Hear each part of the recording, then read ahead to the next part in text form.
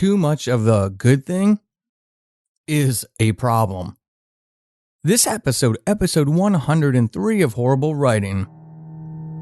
That will never work. You can't push that. Seriously? Don't. Oh my God, that's another thing you do. That's bad. You probably should find other hobbies. You ever learn how to stop? Be happy. Quit while you're in it. Don't bother me. I've seen better people. Do you really want to? And my third grade. Get up.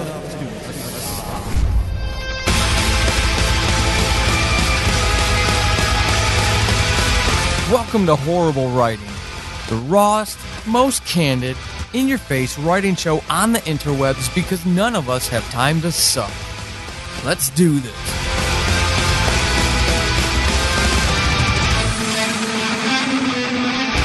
Hey everybody, Paul Sading, your host of Horrible Writing. I hope this finds you well. I hope you're also enjoying this new sound, if all comes out as it should. I had the fortune of talking to a few experts in the field, both of whom appear as experts in Novel Idea to Podcast, How to Sell More Books Through Podcasting, which you can pick up wherever you pick up your books, including an audio, by the way. But John McClain of Dog and Pony Studios and Steve Blizin of many audio projects, but who also owns his own recording studio, had a nice conversation with both of them about a new setup because my mic was dying and or my mixer. I'm not smart enough to know which one it was, but either way, I had some problems. So this is the first episode with a new mic. We'll go back to the old one in the next episode when I do my interview with author Lindsay Schopfer. But for now, we're going to time travel a little forward, then jump back in time. I have gone through my entire summer almost. And for you all, this episode won't come out until September, though the patrons will get it earlier as well. But summer's over, some big stuff happening, not good stuff either in terms of professional, but good things in terms of personal / writing passion. Rip is out there for the world. A thriller suspense. If you're looking for something along those lines, serial killer type stuff, go pick up Rip. Paperback, ebook, and audiobook are out there now. I will even put the links in the show notes for you. So that's the good stuff. The other good stuff about writing is that I'm now done with the second book of a new upcoming contemporary fantasy that hopefully we'll see the light of day in early-ish 2020. 2 books written, 2 novels written in 2 months, July and August. I really buckled down with this idea and got those out, got those completed much more quickly than I anticipated. The first one flew off my fingers. The second one was a little bit more of a struggle, but that's because of some things going on, i.e., layoff / unemployment. Not cool stuff, not fun. But it is something I'm going to address in an upcoming episode about how to get through that stuff. So a little peaks and valleys at the end of the summer. But all in all, hey, I'm still above ground, so you can't complain, right? You heard the wonderful interview with Peter Arulian last episode 102, about editors. And I'm really honored to have had him. Upcoming interviews include, like I said, Lindsay Schopfer. And believe it or not, special announcement here, I'm going to actually be talking to author of many genres and famous blogger, Christine Catherine Rush. I'm super excited to be talking to her about writing beyond chronic pain. But today, I want to talk about pacing and why it can be a problem that we might not necessarily see. Now, everybody has an idea of what pacing is, what it constitutes, right? Everybody kind of knows what I'm talking about, but I want to look at a specific aspect of it because of a recent experience I had. Those of you who have listened to the show for a long time, thank you. 1. 2, thank you for staying around so long. But 3, you'll know that I've been doing and consuming a lot of audiobooks lately. I wanted to do that because RIP was coming up, and I was going to do an audiobook for that because I don't have a fiction audiobook out there yet. I'm so busy with all the things I'm trying to balance: work life, resume writing, book writing, administering the Horrible Writing Writer Support Group on Facebook. If you're not there, why aren't you there yet? We're really awesome.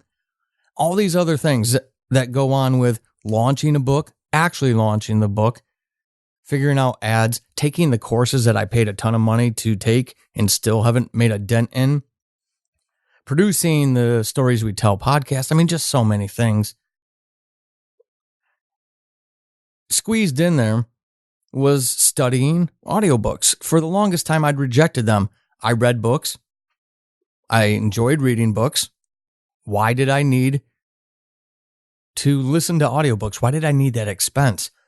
You all writers and authors, especially those of us on the indie side, we have to be very careful about how much we take on in terms of expenses. So I wasn't excited about adding any, but I needed to get serious about what the marketplace was doing.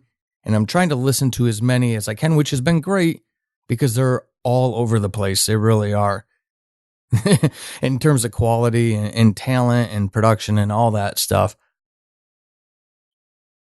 But in August, those of you who are Audible customers, you know this, you get your credits for each month. I decided I was going to try a fantasy book that had a lot of wonderful ratings on it. And I wanted to listen to more fantasy. I don't get enough time to read fantasy, especially the epic variety. I'm trying to read so many other things about the craft and the business side of writing that I don't have a lot of time to squeeze that in there. So I decided to do that through this audiobook. I read the reviews. Everything sounded great. I'm not going to name the book, by the way. But I quit on that book by chapter 6. And it's because of pacing.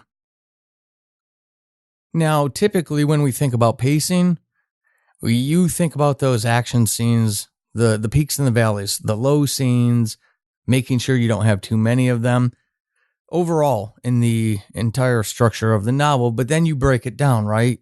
You start segmenting it to help you check whether or not your pacing is appropriate for the book, the story, the genre. Sometimes authors will get lost in the minutia. They'll look at pages of exposition and really focus in on the fact that, hey, this really bogs down the story. Totally agree. Or those who have nothing but a conversation going on for 20 pages. Might be too much, too intense. Slow things down, ratchet it down a bit, right? But I want to ask you to go even higher than that, to pull up above even those trees. And I want to use this book as an example. And again, I'm not going to give you the title of the book.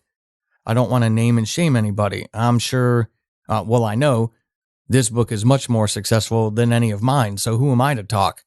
But from a reader's perspective, and as someone studying the craft and trying to see how to do it right, I can only go on my experience, and I know what that experience taught me. And that experience was that this author has a pacing problem. He wore me out by chapter 6 of an epic fantasy that I really, really wanted to get into and enjoy. And here's the reason why. I'm asking you again to pull up to that big perspective. But I figured it'd be easiest to do it this way, to tell you, to summarize each chapter in a single bullet. So what happened in that chapter in a single bullet to help paint the picture of why this was a problem? First chapter, A Small War. Second chapter, a big war. Third chapter, a little war. Fourth chapter, fighting pits. Mano y mano. Warrior against warrior. Fifth chapter, son terrorized, father stands up for him, fight happens, father's killed. And then to follow that up on the sixth with a training war. You can see what happens. 6 straight chapters of fighting. Different varieties. And maybe the author got lost in that. That there's a difference between a hunting/scouting party fighting bandits in a forest versus a bunch of initiates going through their training and fighting, right? These are totally different. But au contraire, no, they're not. They're all basically the same thing. I like fighting. I love a good, especially medieval, fight. Swords and shields and blood and all. I love all that stuff. But I don't need it for 6 straight chapters. I don't need it for 3. I was actually starting to get tired by chapter 3, but I plugged on, because it was an audiobook, for 3 more chapters.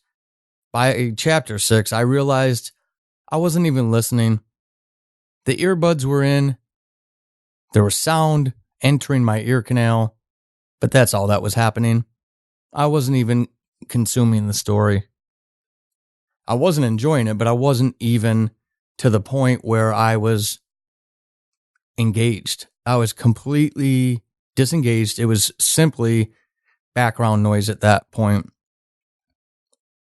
So I ask you, do you want your book that you've been working so hard on to become background noise for somebody? No, we all know the answer to that. You don't.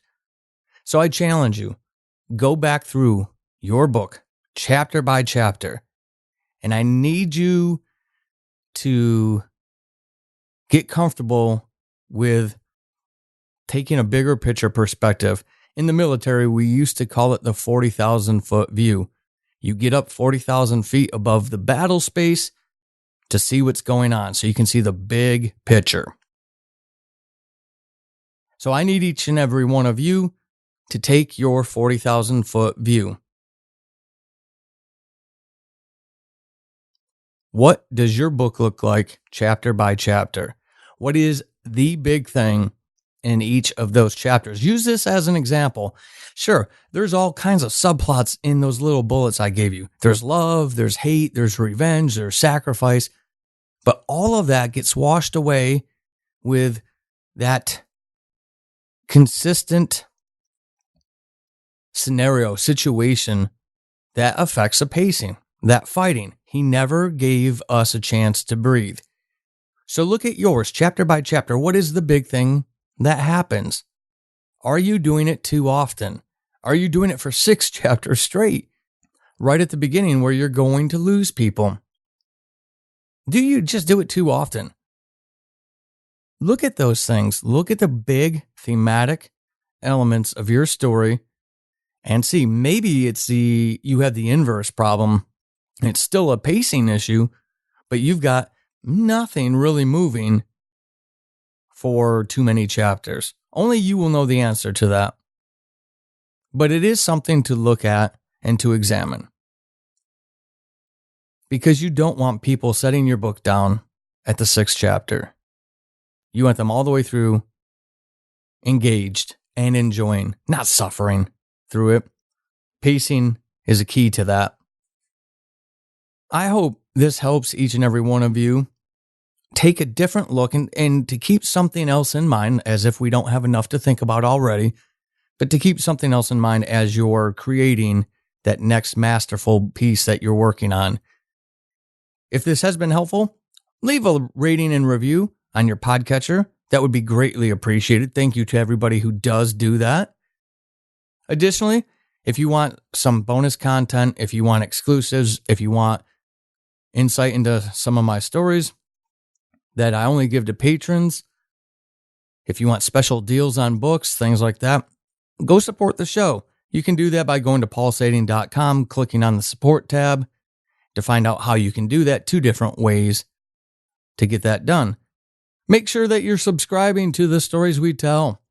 Episode 7 is coming out this month, at the end of the month. Another wonderful collection of amazing stories from diverse authors. So definitely check that out. And until episode 104 with author Lindsay Schopfer, keep being epic. This has been Horrible Writing, and hopefully after this episode you suck less than you did at the beginning.